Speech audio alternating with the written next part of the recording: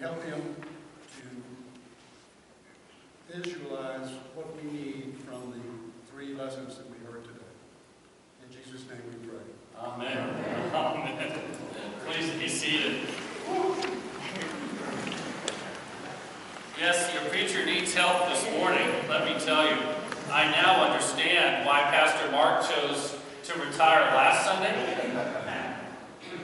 He must have looked at these readings. These readings are tough. Oh my goodness. I mean, I'm going to skip over the torturing and the being sawed in half. That was our rather graphic recitation from the writer of the book of Hebrews about how much the Jews suffered over centuries as they looked for the Messiah. So let's skip over that. And although Jesus was never married, I think Jesus had a pretty good idea about what married life was like, right? Did anybody catch the mother-in-law against the daughter-in-law reference? Right? And it goes both ways as well. It can get hinky either way. So we're just going to float all over that. I had the privilege of marrying Ian's parents 2 years ago. The mother and father of our baptismal little boy this morning in Vail. And I know that Ian deserves the best that we can find. It's a beautiful family. So I asked the Lord for an image. You know, there's always a gift in Scripture. It's always a gift that's timely. It's always a gift that's personal. There's always a gift in Scripture for us. So I asked the Lord for an image to unlock these rather graphic readings.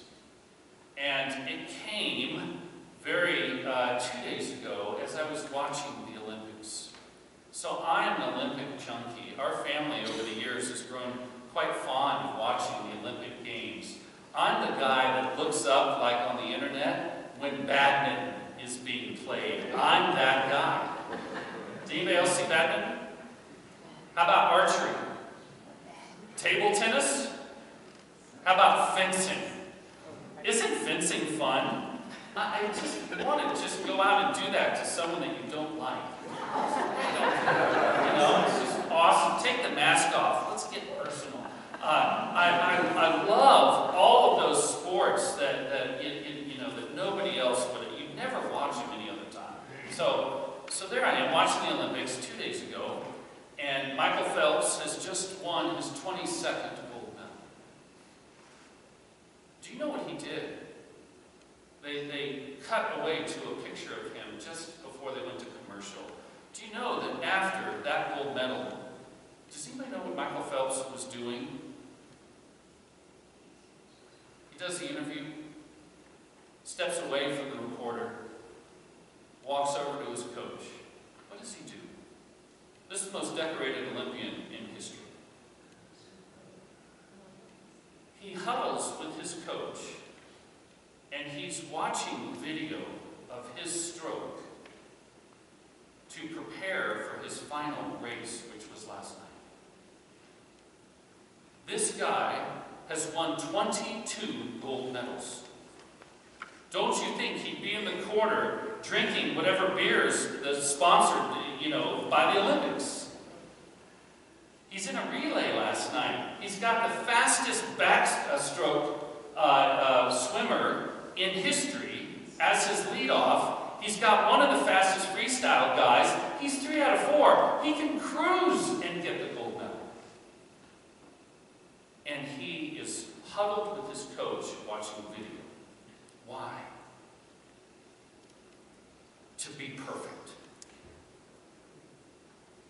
To perfect his stroke. With one more race left. Does anybody know what happened last night? Length and a half, wasn't it, at least? How do you get from 22 to 23 gold medals? Well, evidently for Michael Phelps, even you can perfect your stroke. This was what I needed to understand the readings today. This was the gift that I needed. And it's all about the picture that the writer of the book of Hebrews gives us in the very last section after people are being tortured and burned and sawed in half. says, "Therefore," he wrote, "let us run with perseverance the race that is set before us, surrounded by so great a cloud of witnesses, looking to Jesus, the pioneer and perfecter of our faith." The writer of the book of Hebrews was a runner. He had raced in competition. You couldn't write that if you hadn't done that. Unbelievable. You know, don't you? I watched these races. I was a runner for many years competitively myself. And I can tell you, if you're a biker or a runner, what's the hardest place to be in a group of people? The front. Everybody's watching you. You're literally going in front of everybody else. You can feel the energy behind you. And the writer of Hebrews says that's who Jesus is. He's the pioneer and the perfecter. He goes first, and we follow. There is not one situation in our lives where he has not already been. What did I say to the children? Who goes in front of them? Who goes behind them? Do you remember being in first grade wondering if you were the only person on the planet? Do you remember being in middle school wondering if you were actually human? It's good to recall that feeling, isn't it? Because Jesus goes first, no matter where we go. And we follow. Just like a race, the Hebrews. And he perfects us. As talented as Michael Phelps is, this is far more important than a stroke. What's he perfecting?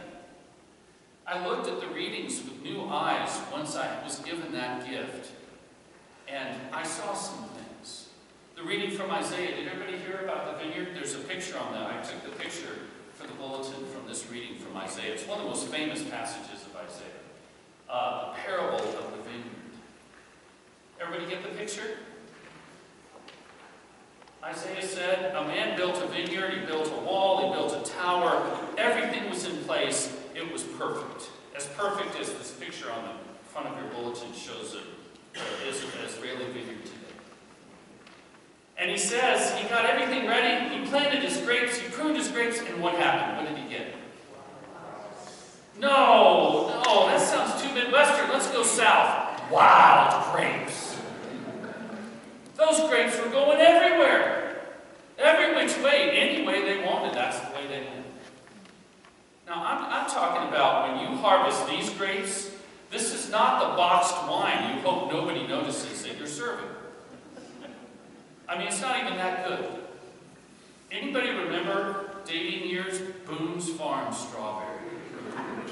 I mean, if you really wanted to impress her, right? Boone's Farm strawberry. How about MD 2020? Right. Okay, Steve. Yeah, okay. So I mean, this is the worst kind of grape there is. You can harvest it, you can distill it, and it's terrible. And what happens, did Isaiah say to that vineyard? What happens?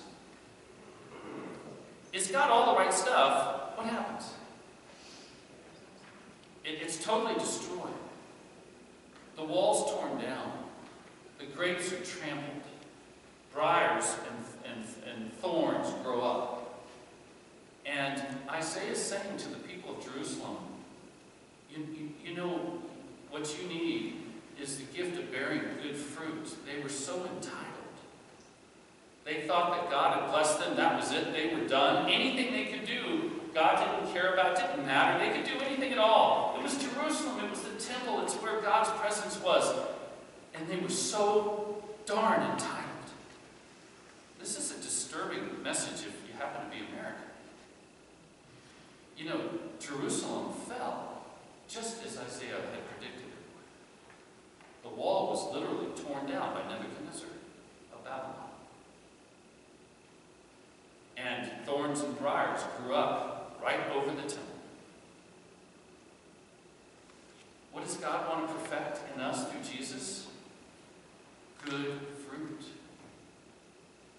God takes a lot of investment in our souls, and He can perfect our fruit. spiritual fruit. I'm not talking about your 401k. I'm talking about the product of your life and my life.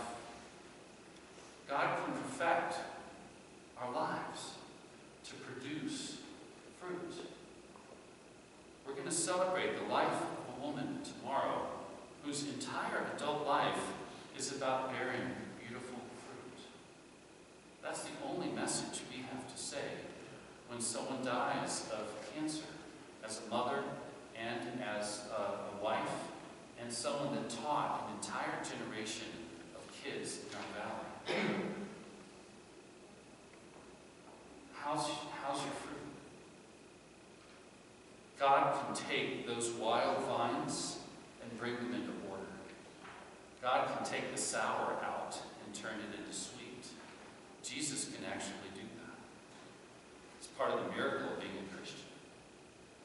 The second gift I noticed as I looked into these readings is actually mentioned in that reading from Hebrews. And let us run with what? Do you remember? You heard it like 8 minutes ago. Perseverance, the race that is set before us. Ian's mother and father, Ian's 4 months old. Ian's mother and daddy were talking about their lack of sleep.